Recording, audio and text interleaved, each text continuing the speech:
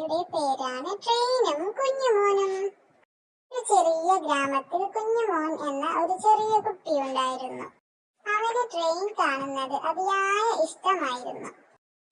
ഓരോ പ്രാവശ്യവും ട്രെയിൻ പായുന്ന ശബ്ദം കേട്ടാൽ വീട്ടിൽ നിന്നും ഓടിപ്പോയി എത്തി നോക്കി പാളം വരെയും നോക്കി കാണും.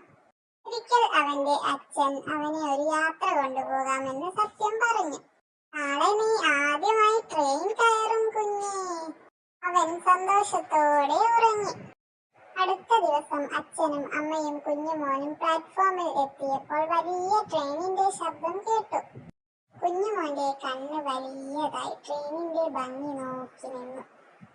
ട്രെയിൻ സ്റ്റേഷനിൽ നിന്നും പുറത്തേക്ക് പോയപ്പോൾ മരങ്ങൾ, വീടുകൾ, ആളുകൾ എല്ലാം പിറകിലേക്ക് ഓടുന്നത് പോലെ തോന്നി. ട്രെയിൻ പായുമ്പോൾ നല്ല കാറ്റ് മുഖത്തേക്ക് തട്ടി. അങ്ങനെ യാത്ര കഴിഞ്ഞപ്പോൾ കുഞ്ഞുമോൻ പറഞ്ഞു, ട്രെയിൻ യാത്ര മനോഹരമാണ്, ഇനിയും പോകണം. കുഞ്ഞുമോന് അത് ഓർമ്മയായ ട്രെയിൻ യാത്രയായി. കൂട്ടുകാരെ, ഇതിൽ നിന്നും കിട്ടുന്ന ഗുണപാഠം മനസ്സിലായോ? യാത്രകൾ പുതിയ അനുഭവങ്ങളും സന്തോഷങ്ങളും നൽകുന്നു. ലോകത്തെക്കുറിച്ച് അറിയാനും അനുഭവങ്ങൾ സമ്മാനിക്കാനും യാത്രകൾ സഹായിക്കുന്നു.